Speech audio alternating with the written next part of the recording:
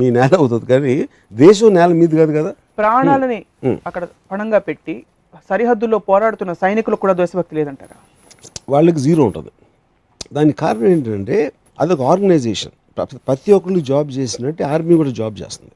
అక్కడ మీరు ఒక పర్టికులర్ పని ఇచ్చినప్పుడు కేవలం ఒక యూనిఫామ్ వేసుకున్నంత మాత్రాన వాడు మనసు మారిపోదు, ఏమీ మారిపోదు. నేను ఒక ఎగ్జాంపుల్ చెప్తాను మీకు. కార్గిల్ వార్ అయినప్పుడు ఒక పర్టికులర్ పాయింట్, ఒక హిల్, మన టైగర్ హిల్ దగ్గర ఒక పాయింట్లో ఒక పాకిస్తానీ టీం దాన్ని హోల్డ్ చేస్తూ ఉంటే ఇండియన్ మిలిటరీ ఒక బ్యాటిల్ జరిగింది. దాంట్లో నియర్లీ 38 పీపుల్ చచ్చిపోయారు, మన భారతీయ సోల్జర్స్. వీళ్ళు మొత్తానికి టేక్ ఓవర్ చేశారు ఒక వారం అయిపోయిన తర్వాత. ఎప్పుడైతే పాకిస్తాన్ టీం దొరికిందో అక్కడ ఒక క్యాప్టెన్ ఇక్రముద్దీన్ అని అతన్ని చంపేశారు.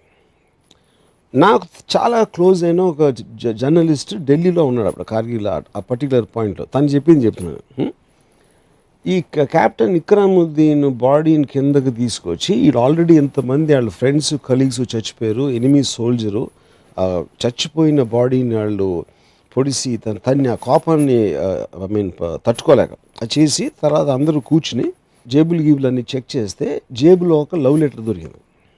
ఎవరు వైఫ్ రాసిన ఒక లెటర్. దాంట్లో she said something like what ever happens don't forget to smile, that is the second best you can do with your lips అని రాసిన. ఒక సోల్జర్ ఏమో మా పెద్ద రొమాంటిక్ రో ఇడు అని ఏదో హిందీలో అన్నాడు.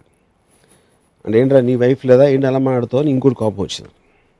సో సడన్గా ఎనిమీ సోల్జరు అక్కడ చచ్చిపోయి పడున్న అతను వాళ్ళకు వచ్చిన లెటరే తనకి వచ్చింది కాబట్టి అతను హ్యూమన్ బీయింగ్ అయిపోయాడు. అటు పాకిస్తాన్ కూడా ఇంకేంటా అనేది మర్చిపోయారు. దాని తర్వాత ఇంకొక లెటర్లో నువ్వు పాయింట్ని పట్టుకోవడానికి బాగా చేస్తున్నావు అని కమాండింగ్ ఆఫీసరు ఒక లెటర్ రాసాడు. ఆ లెటర్ ఉంది ఇంకోటి. అది చూసి ఒక ఇండియన్ సోల్జర్ నవ్వటం మొదలుపెట్టాడు. ఏంటంటే వాళ్ళకు కూడా అదే లెటర్ వచ్చింది, అని తీసుకోవడానికి ఎంతో ట్రై చేస్తున్నాను, మిమ్మల్ని కమెంట్ చేస్తున్నాను. సో ఈ రెండిట్లో ఏమైంది, సడన్గా అక్కడ ఉన్న పరిస్థితిలో ఒకళ్ళ బ్యాక్గ్రౌండ్ ఒకళ్ళు తెలియటం వలన వాళ్ళిద్దరూ కలిసి మనుషులు అయిపోయారు. ఇండియా పాకిస్తాన్. అప్పుడు ఇంకోటి ఏంటి, మీరు ఆర్మీని పంపిస్తున్నారు, ఎందుకు పంపిస్తున్నారు? ఢిల్లీలో ఉన్న కొంతమంది డిసైడ్ చేస్తారు ఏదో ఒకటి వెళ్ళి అని కొట్టేయడం. వీళ్ళు క్వశ్చన్ చేయరు, ఎందుకని క్వశ్చన్ చేయాల్సిన ఆథరైజేషన్ వాళ్ళకు ఉండదు. దేశభక్తి అనేది ఏంటి, అది వెళ్ళిన వాడిని చంపేయని ఆర్డర్ ఇచ్చినప్పుడు చంపేయటానికి నేను నా దేశం మీదకి వస్తాడా అని అలాంటి ఎమోషన్ తోటి వెళ్ళరంటున్నా. అది నేను చెప్పేది. That is a job they are doing there and they will have lot of internal. నా ఉద్యోగం తీసుకోవచ్చు, వర్మగారుల సినిమాలు తీసుకోవచ్చు, అక్కడ వెళ్ళి పని లేకుండా వెళ్ళి ప్రాణాలని. అది మీరు you're taking a certain decision. ఆర్మీలో చేరిన అందరూ కేవలం దేశాన్ని రక్షించుకోవటానికి, దేశానికి ప్రాణాలు ఇవ్వటానికి అని ఎవ్వరు వెళ్ళరు. నాకు చాలా మంది తెలుసు. They doing it one more job.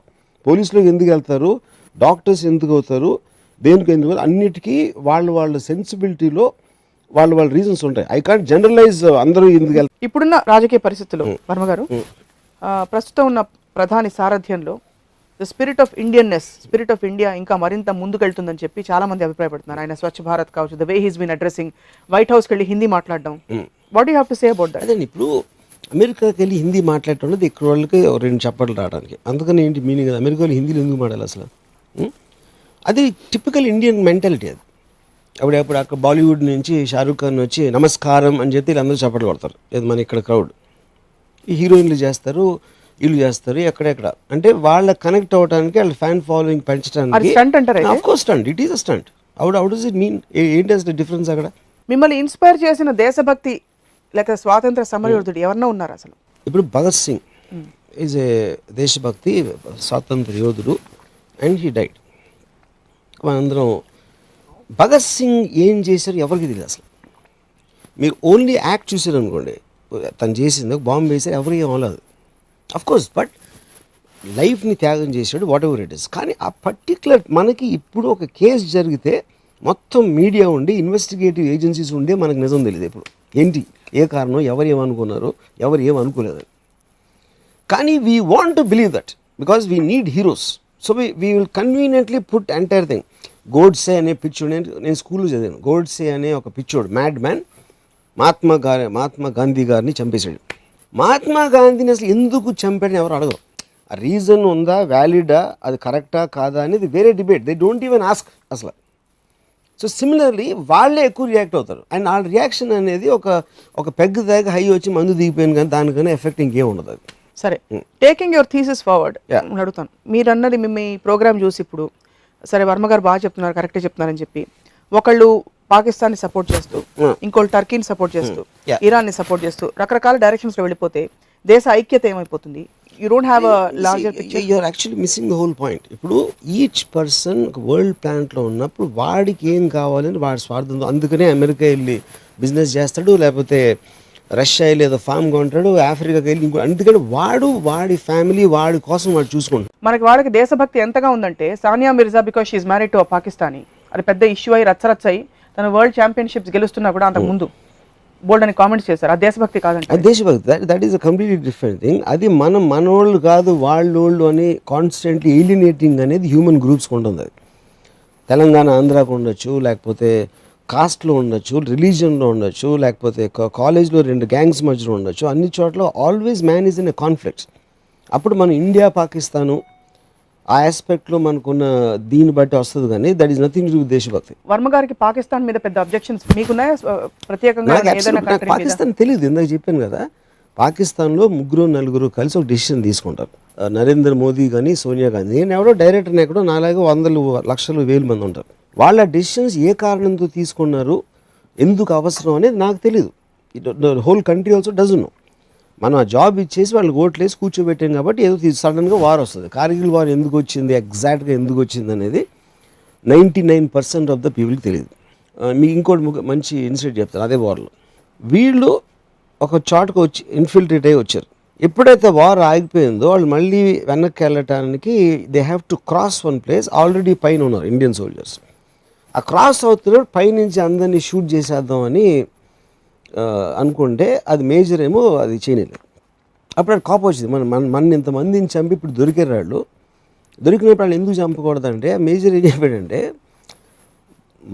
మన గవర్నమెంట్ ఆర్డర్ ఇచ్చినట్టే వాళ్ళ గవర్నమెంట్ ఆర్డర్ ఇచ్చింది, ఫలానా చోటకి వెళ్ళండి, ఇది చెయ్యండి. మనకు ఒకవేళ చెప్పుంటే పాకిస్తాన్ టీడీ మనం వెళ్ళేవాళ్ళం, నువ్వు ఎందుకు వెళ్ళాలరా మనం అడగం. అలాగే వాళ్ళు జాబ్ వాళ్ళు చేశారు. ఎప్పుడైతే వాళ్ళు వారు వద్దు అనుకున్నారో వాళ్ళు మనలాగే మామూలు మనుషులు అయిపోయారు.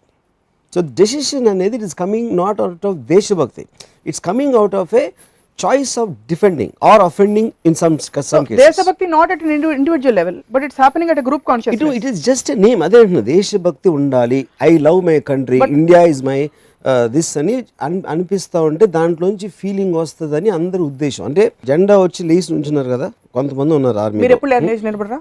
నేను ఎప్పుడు నువ్వు మిమ్మల్ని కూడా స్వచ్ఛ భారత్ లో ఒక భాగంగా నరేంద్ర మోడీ గారు పిలిచి చీపురు ఇచ్చి ఇవ్వడం అంటే దేశాన్ని చేయమంటే చేయరా? అక్కడ పెద్ద పెద్ద స్టార్స్ అందరూ సచిన్ టెండూల్కర్ మొదలుకొని అందరు చేస్తున్నారు, మీరు చేయాలి. సచిన్ టెండూల్కర్ లేకపోతే పెద్ద అమితాబ్ బచ్చన్, ఐశ్వర్య రాయ్ వాళ్ళందరూ వెళ్ళి ఊడుస్తారు. వాళ్ళకున్న కోట్ల రూపాయలు కొన్ని లక్షలు ఏమనండి సేమ్ దేశానికి చూస్తారు ఎంత ఇస్తారు. ఎవరెవరైతే సెలబ్రిటీస్ బిగ్ షాట్స్ అందరూ కూడా ఎవెన్చువలీ ఏదో ఫోటో ఆప్స్ కోసం చేస్తారు, కానీ ఎవరికి ఏం ఫీలింగ్ ఉండదు. Evidently he feels very passionate about the country. అది కూడా దేశభక్తి లేదంటే ఎనీబడి. ఇప్పుడు నా కంపెనీ ఉందండి, నా సినిమా ఉంది, నేను ప్యాషనేట్గా ఫీల్ అవుతా. మీకు ఏదో టీవీ ఛానల్ ఉంది, మీరు ప్యాషనేట్గా ఫీల్ అవుతారు, ప్రతి ఒక్కరికి ఉంటుంది. ఇది నాది అనే దేశం అనే ఫీలింగ్ మాత్రం మీరు నమ్మరు. ఇది నాది అని కంట్రీ హెడ్ చెప్తే మాత్రం ఇట్స్ అలౌడ్. ఏ మనిషికైనా మీరున్న పొజిషన్ కన్నా మీకు బెటర్ ఆపర్చునిటీ వస్తే అది మీ దేశం ఇవ్వకపోతే అది వాళ్ళు తీసుకుంటారు 100%. వాళ్ళు దేశద్రోహులు అంటారు. అయితే దేశ ద్రోహులు అది క్వశ్చనే కాదు. He is looking after himself.